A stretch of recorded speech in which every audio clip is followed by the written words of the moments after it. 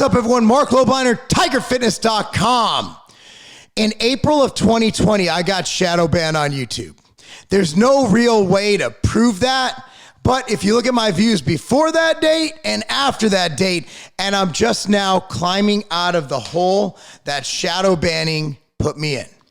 Now, I just want to say that what I said on that video was not warranting of a shadow ban. In fact, at the time, the C word that rhymes with COVID, the C word was actually called, well, coronavirus. So it was called the coronavirus, but it wasn't even known as what it's known as today. And so I, like everybody else, I had no idea what was going on. You know, this was before they started forcing masks. It was before, we really locked down. We really had no idea what was going on, and we were all just trying to figure it out. So I actually, in my years of research and doing supplementation and researching ingredients and vitamins and minerals, I knew of this data on vitamin D. And vitamin D, again, this is per data. And I'm not claiming, I'm not a doctor. I'm not claiming this is true. I'm not claiming this is factual. It's based on data that's readily available that many years, the vitamin D actually outperforms the flu shot. Again, but some years the flu shot outperforms vitamin D because the flu shot's basically a bunch of strains and they guess which one it's going to be that year. And if it's not that one, then it has very little protection. Kind of like what we're seeing with the different strains. Viruses mutate at the end of the day. And there's many strains of the flu. So some years when they get it right, it could be 50%. Some years when they get it wrong, it could be 10%. Vitamin D is at about 10% effectiveness of decreasing symptoms of the flu. I don't know how to say that without getting in trouble, but vitamin D is very effective. And the bottom line is we can't really say vitamin D is like a cure-all. Basically being deficient in vitamin D is extremely horrible for hormones, for health, for everything. And who's susceptible to being, deficient in vitamin D? People who live in the Midwest in the winter, you're really not getting that much sunlight. Black people or pigmented people with dark pigment, their skin is more resistant to the sun's rays, so they need even more sunlight, more supplementation of vitamin D. Now, it's hard. I work in an office. Like I'm in an office right now. I work in an office all day. When I'm not in an office, I'm in a gym. On the rare occasion, I get to go outside and coach during the day. A lot of times I coach at night. A lot of times I coach in the gym. A lot of times it's not in a favorable setting where there's a ton of sunlight. Yeah, there's luminant light, but it's not direct sunlight. So I'm not getting that vitamin D output. So that's why I recommend everybody supplement with 5,000 IUs of vitamin D a day, unless their doctor tells you otherwise because of some reason you have higher vitamin D. So why was I shadow banned? For saying that vitamin D is good for you, for saying that it might help. I even said, I don't know, because none of us at the time, including Fauci or anybody, knew what this virus would do. None of us did. So what did I do? I started, for people who wanted to stay in, I started doing band workouts every day so people could follow. I started doing more videos on supplementation to prevent it. We came out with Ambrosia Vita, which has quercetin, vitamin D, zinc, elderberry, and inulina for helping prevent certain symptoms of certain viruses. It's a viral defense formula. So I really went to work to make America and the world healthier. But unfortunately at the time, for whatever reason it was, social media, from Twitter to this very YouTube right here to Facebook, was suppressing my information. Lo and behold, to get emergency use authorizations for certain what they perceived as preventative measures, it required there be no alternative. So I was being suppressed. And I just want to say that now that everything's coming to light, it appears that I was right for 100% of what I said.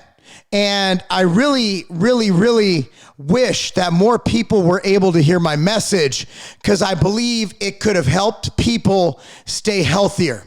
I'm not going to say the term saving lives. That's a very, very big statement. But I am going to say that if people were to listen to what I said, which is exactly what's being shown in data now, which all of us could have extrapolated from the data that was pre-existing back then. For example, now on YouTube, we can question the use of masks.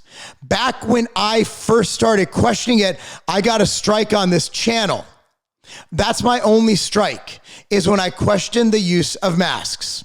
Now we can question the use of masks. However, I won't do it here. We cannot question the use or the efficacy of the pharmaceutical intervention to help prevent this virus, because that is still being censored or being suppressed, or it's against the rules, because they think that by saying that, or at least their position is that by saying that we're going to hurt people. And they might have it in everybody's best interest not to have whatever they call misinformation, or as I call freedom of thought, and not being susceptible to, forced propaganda. But that's beyond my scope of this video. At the end of the day, I think it should be everybody's choice, especially showing that, these pharmaceutical interventions, they don't prevent the actual spread of it. So it's like, okay, so basically it's my choice whether I want to get it worse or I want to not get it as bad. However, I got it, and it literally, well, it was like asymptomatic. You know what I mean? Like, everybody's had it by now, whichever strain, from the Alpha to the Delta to the Omicron. I'm pretty sure we've all had it to some degree by this time. And as a virus propagates, as a virus gets transmitted from person to person, Marc, you're not a doctor. Yeah, but I fucking went to 8th grade. Like, this is 8th grade science shit, guys. Like the Spanish flu, like the deadly pandemics of the 1900s. As it gets beat up and it moves person to person, we tend to develop these immunities, right? And I'm not going to say the H immunity, because that's something they don't like me saying either, but it's something that has existed in science for many, many decades, and I'm sure centuries, but, at the end of the day, we're not allowed to say it. So my whole thing is, I'm not pro this or anti that. I'm pro-choice in this case, right? So my thing is, if you feel that this pandemic or this virus is not harmful to you, and you weigh the risks and the benefits of certain things, for me, I was one of those, okay, I know it's a cold virus. Okay, I knew that. So I was pretty confident in my body's ability to handle this. So I never was truly scared, and I never stayed in. And thankfully, I live in Tennessee. We never had mask mandates in Tennessee. My county had the weakest mask mandate ever written. It basically said, you have to wear masks unless you don't want to. As far as the V mandates, we never had those here. State of Tennessee doesn't. And if it exists anywhere else, I'm just not going to go, because that's my choice. Now, what I'm really against is people attacking other people for their choice, especially now, knowing that having it, based on the data out of everywhere I've seen, doesn't prevent transmission. So I'm looking at this, and it's kind of scary, and here's why.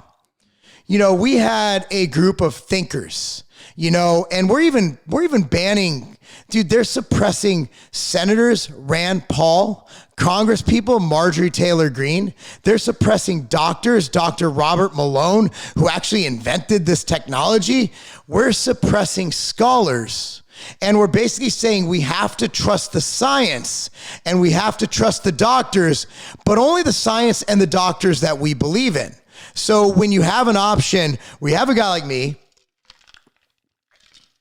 who has spent his life researching these things, researching vitamins and their effects, not even saying that it replaces medicine. Look, man, all of my kids, we didn't veer from the course when they were born. It was assumed that They went in, they got all their shots, every single shot. My biggest regret as a parent is not doing it, but I didn't research it. I was just like, doctors like, oh, we got to give them 40 shots today. Got to give them 100 cc's of vaccines.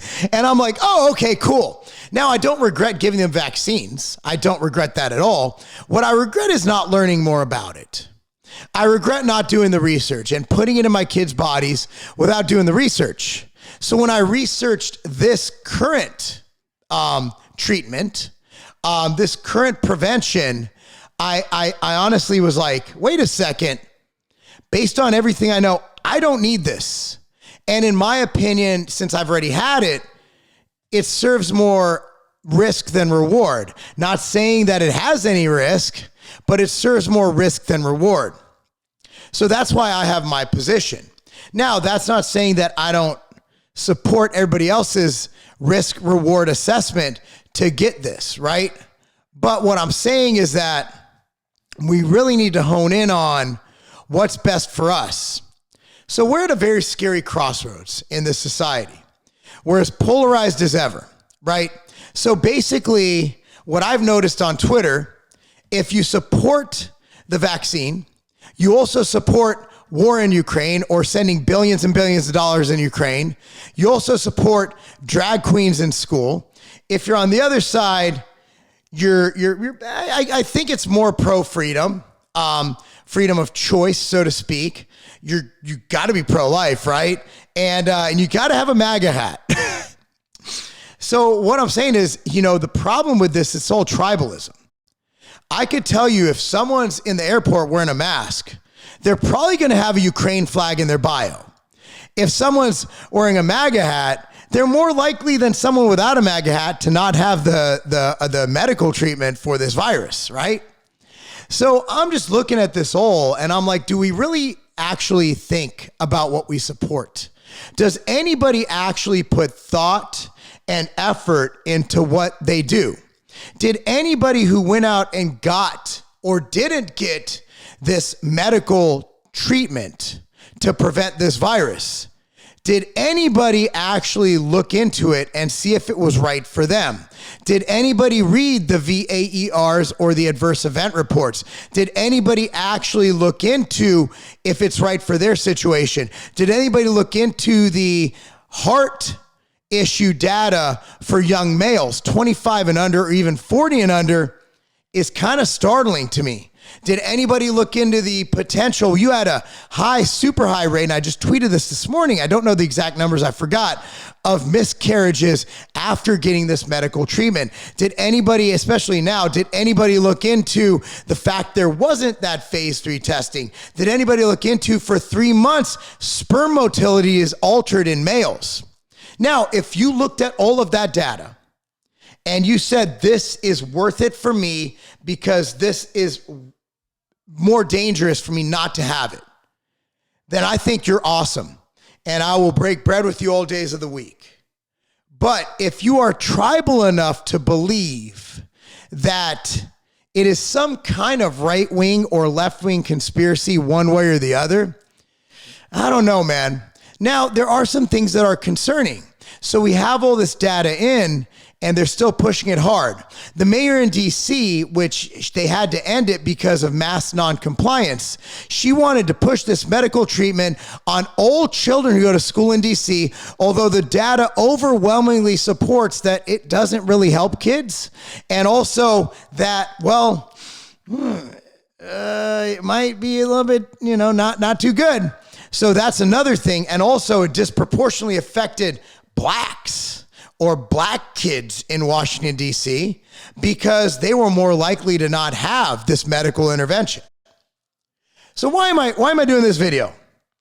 Number one is I just want to say suppression is bad. And number two is I just want to say that throughout this whole thing, for those of you who said that I'm just trying to sell things or whatever, or saying that I'm some kind of anti-vaxxer or anything crazy like that, I'm really not. My dogs are vaccinated. My kids are vaccinated. My wife and I are vaccinated with traditional vaccines. However, with this one, after my wife and I literally spent countless hours researching everything from all sides on this, we decided it wasn't right for us or our family. So all I'm asking you to do is realize that we all need to have brains of our own. You need to stop believing your CNNs, your MSNBCs. You need to stop believing your experts who got it wrong every step of the way. The CNN doctor, I forgot her name, that lady, right? She actually went out on the record and said the other day that masking has developmentally hurt her own child. And this is a woman who basically said that people who don't wear masks should be thrown in prison. So these people, these experts, these tribal zealots, they are willing to harm their own children to make a point. That's disgusting. And I think they knew all along that it wasn't that great of an idea for mask compliance of this scale when old data leading up to this suggested otherwise. It's my opinion. Look, guys, if you hate what I say, there's something truly wrong with you. I basically backed all sides, and I left it up to the individuals to decide. And also explained why I came in and said what I said. I also would like to say YouTube, Twitter, Facebook, it's a dangerous road we're on right now. It's a dangerous, dangerous road. Because once we start suppressing free thought and free speech, whether a public forum or a privately owned company, we're in a very dangerous position. Anyway, guys, what are your thoughts? Comment down below. Be sure to like this video, subscribe to this channel, click on the notification bell, and remember, that's not a game. The best booster isn't a shot. It's your natural immune system. Every time we step out into the world, we are attacked by viruses that do their best to break down our defenses. Vita helps solve this problem. Vita contains proven antiviral replication supplements and Imulina to ensure that your body is primed to defend itself against foreign invaders. Don't go another day unprotected. Get your Vita today.